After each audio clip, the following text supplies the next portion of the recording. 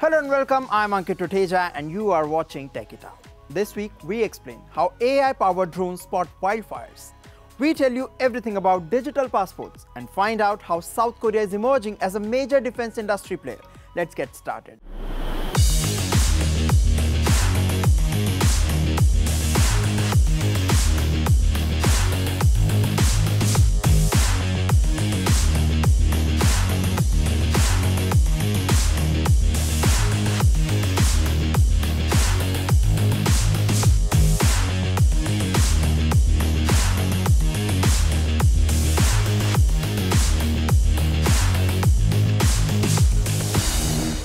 We all know how useful drones can be. They're used for mapping, search and rescue operations, and even to deliver essentials like medical kits in remote areas. Their potential is limitless. And now these drones are changing the way we fight wildfires. We get you more details in this report. Raging wildfires have left a trail of death and destruction. There are concerns that with climate change, such disasters could become more frequent. It seems AI-powered drones could come in handy. This AI-equipped drone is on a search for wildfires. It's kitted out with artificial intelligence technology developed by Danish startup Roboto. The drone has been designed to track and monitor wildfires in real time. Typically when firefighters come out to a wildfire, they rely on 12-old fire maps, or even in worst cases 24-hour-old fire maps. And that means that whenever they come out to an operation, they need to get an overview of the situation, which is then putting behind the actual combating of the fire. And so in the very early stages of a wildfire, those first moments are critical in making sure the wildfire is not running out of control. With our technology, they can get an instant overview of where the fire is, how large it is, where it's most intense, and then allocate their resources. The technology was created in 2018 when the startup's founders saw record-breaking fires in Greece, Sweden, and California. The quadcopter takes off, flies automatically, and methodically searches a predefined area. It's equipped with a thermal camera which sends data to an AI processing unit.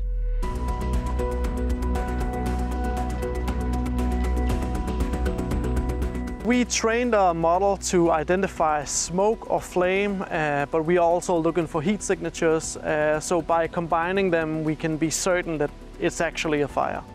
To demonstrate the technology, Roboto took one of their drones out to a small wooded area on the outskirts of the Danish city Aalborg in northern Jutland.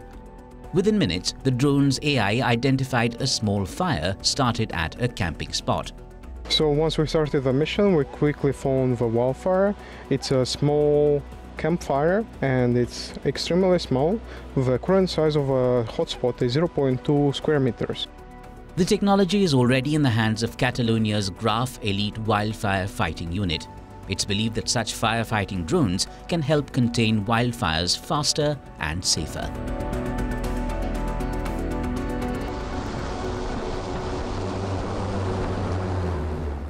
On Tech It Out, we keep bringing you futuristic technologies and tech trends that promise a better future.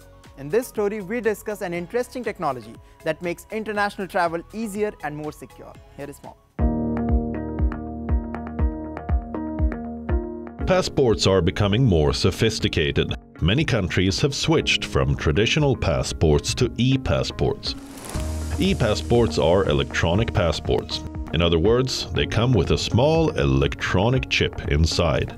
The chip contains personal information such as name, date of birth, address, and other crucial data. E-passports use a radio frequency identification chip and an antenna, which is embedded as an inlay in the back cover. They enable officials to verify a traveler's details quickly. And now Finland has taken the passport technology to another level. The European nation has become the world's first country to test digital passports. Labeled Digital Travel Credentials, or DTC, it's an alternative to the traditional passport check at airports. In other words, it's a digital rendition of a physical passport. To use it, Finnish citizens first need to download an app on their phone and physically register at a dedicated police station. A digital copy of the passport is created by scanning the chip inside a real one. It is designed to be stored on a smartphone. The passenger just arrives there, look at the camera, we make the facial comparison and matching, and if that's done, then we just check the information for the chip, that it has been written for this particular passport. It's not cloned or anything, and that's it. And it's really fast compared to other checks. The digital passport system is currently available only from Helsinki Airport to certain destinations in the UK. Now comes an important question. How will digital passports benefit travelers? Many travelers have the fear of losing their passport. Having a digital passport eliminates that risk. Also, the digital passport service is aimed at making travel faster, smoother and secure. Yeah, we try to really looking for the security aspect, that in case something happens, nobody can steal your identity, and that's the thing. For example, for the application, that you need to have a locking system for the screen in place, either PIN code or the biometrics, so even to operate it.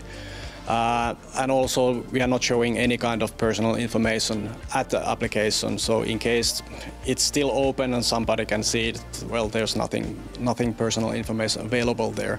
But yeah, in case the phone, you lose the phone, then basically nothing happens. You still have your physical passport and you can still travel. The digital passport could be handy and offer ease of use, but aviation experts believe it could be risky, especially in times when hacking incidents are increasing at an alarming rate. Finland's digital passport trial is part of a wider EU pilot as the bloc looks to improve travel tech. It remains to be seen when other countries opt for this new age passport. South Korea has established itself as a formidable player in the international arms market. In fact, it is said to be the fastest growing arms exporter in the world. Last year, its arms exports rose 140% to a record $17.3 billion. Today, we take you inside a South Korean factory where high-tech weapons are produced.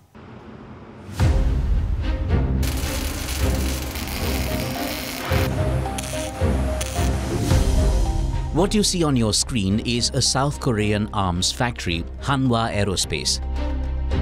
It houses a high-tech production line of robots and super-skilled workers that rapidly churn out weapons. Look at this. It's called the howitzer, an artillery weapon that's a bit like a super-mobile cannon. It has a firing range of 40 kilometers, much more than a tank, although the K9 needs to be stationary to shoot. It takes about 3 to 4 months for the full assembly of a K9 howitzer, from welding, processing, assembly to testing. The K9 self-propelled howitzer is a piece of equipment that has proven its performance and functionality in actual combat, not only in Korea but also overseas.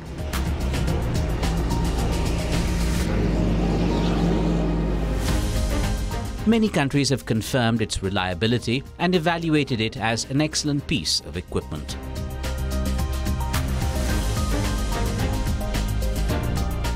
South Korea is emerging as the fastest growing arms exporter. Seoul has long harbored ambitions to join the ranks of the world's top arms exporters.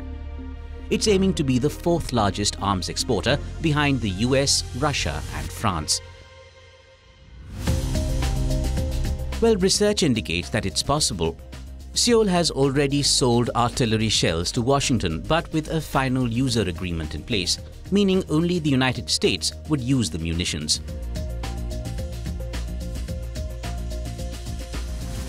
South Korea's arms industry has one key advantage over others globally. It's always been ready for war. Why do we say that?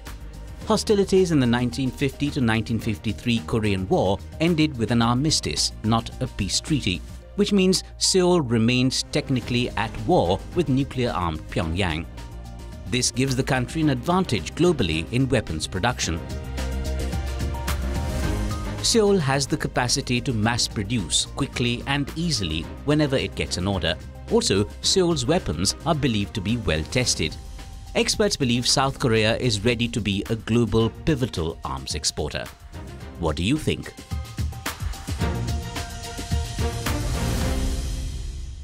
Up next, we bring you a 60-second review of an audio product.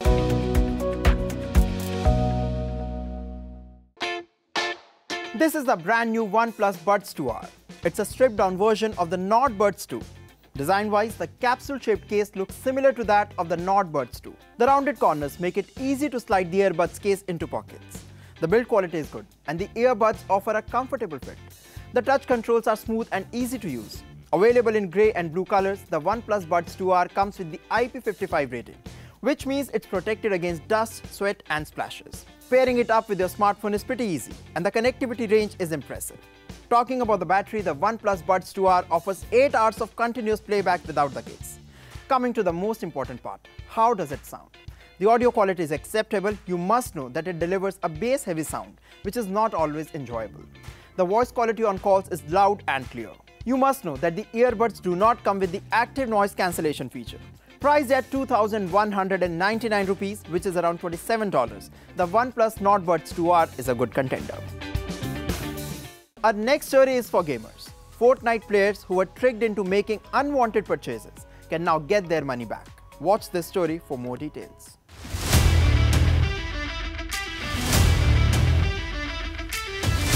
Does your child play the popular multiplayer shooter game Fortnite? Has he made in-game purchases without your knowledge? Well, we have some good news for you. Parents whose kids bought virtual gear without their knowledge on the Fortnite video game could soon be able to get a refund. Why? Because its payments methods trick players into making unintended purchases.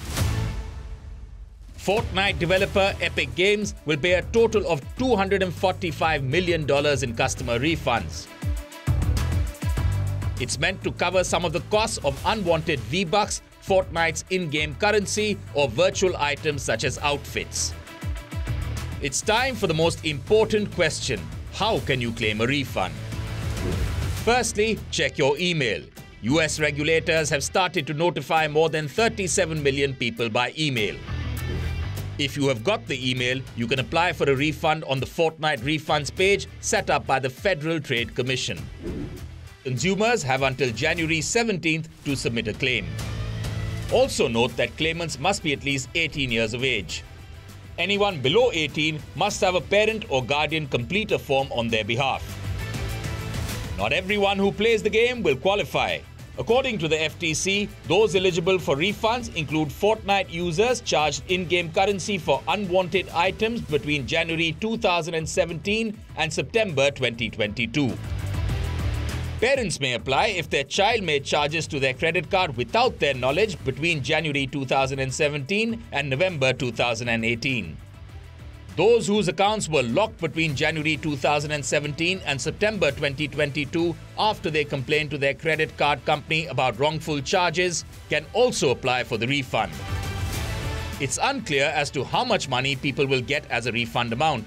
If your claim is approved, your payment amount will depend on several factors such as how many people file a claim. Interestingly, Epic Games has now implemented additional safeguards to prevent unintended purchases. Technology never ceases to amaze us. Interestingly, it can now even remove physical barriers faced by disabled people. What we are going to show you next could leave you overwhelmed.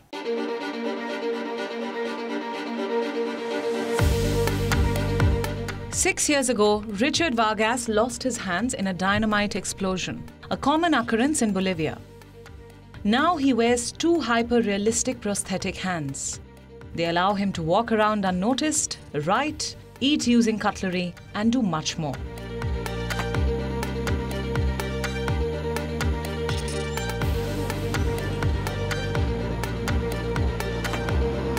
In Bolivia, prosthetic limbs are largely imported from Europe or North America, where they are designed to replicate white skin. Also, they cost thousands of dollars. This prompted Bolivian electromechanical engineer Antonio Rivas to found Cryotech.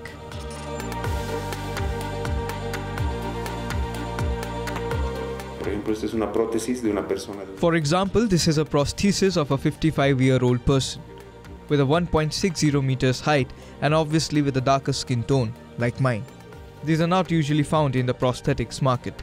I learned the technique and brought it here. Now with plastic artists and nanoplastologists, we are making these prosthetics with lots of realism. The prosthetics maker caters mostly to low-income Bolivians with prices as low as $300.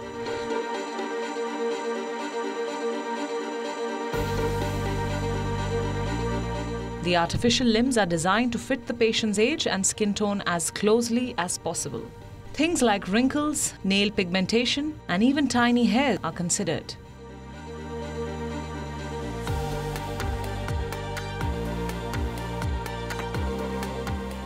Clearly, the field of prosthetics is exploding with new technologies and improving the lives of people with disability.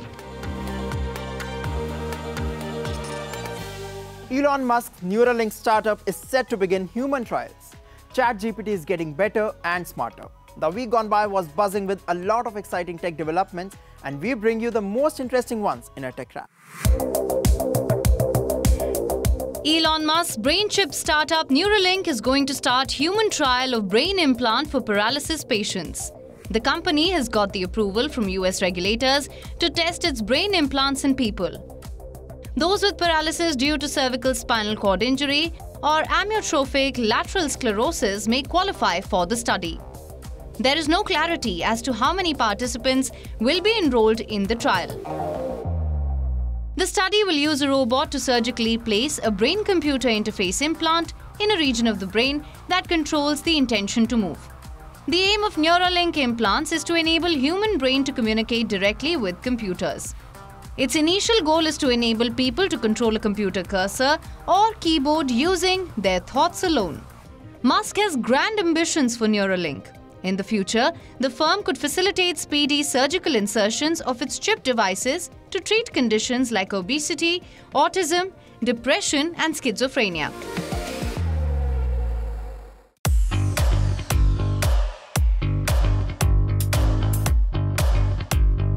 ChatGPT can now generate images. And to the surprise of many, they're shockingly detailed. Users can type in a request for an image and tweak the prompt through conversations with ChatGPT. OpenAI says the latest version of the tool will have more safeguards. The company will limit its ability to generate violent, adult, or hateful content. OpenAI's race to create accurate text-to-image AI tools has several competitors such as Midjourney and Stability AI. However, there are several concerns related to AI-generated images. For instance, in the United States, a Washington, D.C. court has ruled that a work of art created by AI without any human input cannot be copyrighted under US law.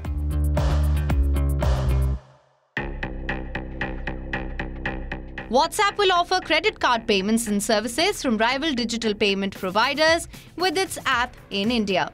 People shopping on WhatsApp could pay using popular services like Google Pay, Paytm and PhonePe, but only after being redirected outside WhatsApp. But now, payments via those rival services and any others that run on UPI will be possible directly within WhatsApp. New in-app options for credit and debit cards will also be offered. This is the latest bet by the Meta-owned service to boost commerce offerings in its biggest market.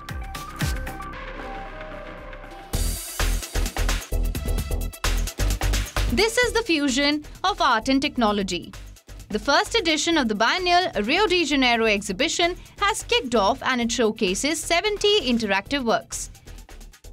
It houses works such as machine that shapes social relationships, light that springs to explain quantum physics, and robots with tentacles that react to human movements.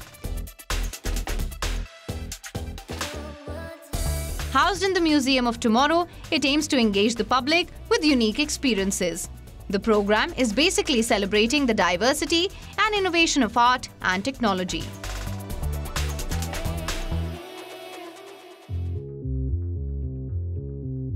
Google is introducing Bard, its artificially intelligent chatbot, to other members of its digital family such as Gmail, Maps, and YouTube. The company is seeking to ward off competitive threats posed by similar technology run by OpenAI and Microsoft. Bard's expanded capabilities will be provided through an English-only extension. It will enable users to allow the chatbot to mine information embedded in their Gmail accounts, pull directions from Google Maps, and find helpful videos on YouTube.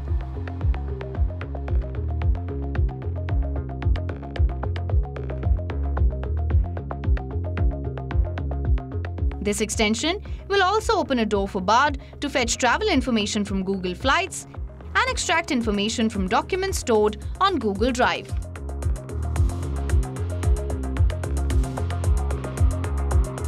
Google is promising to protect users' privacy by prohibiting human reviewers from seeing the potentially sensitive information that Bard gets from Gmail or Drive. The company also says that the data won't be used to sell targeted ads and make money.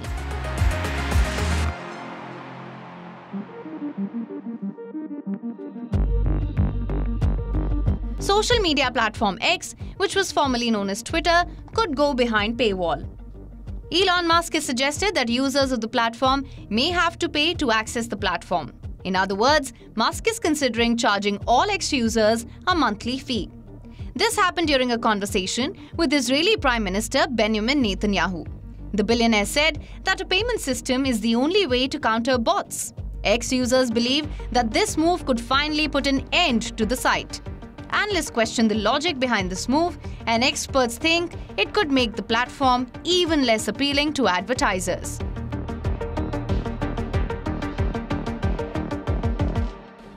Well, that's all we have for you in this episode of Tech It Out. We will continue to bring you exciting inventions and updates on the latest gadgets. I will be back soon. Until then, keep watching WION World is One. And yes, don't forget to follow us on social media. For now, it's me, Ankit Oteja, signing off.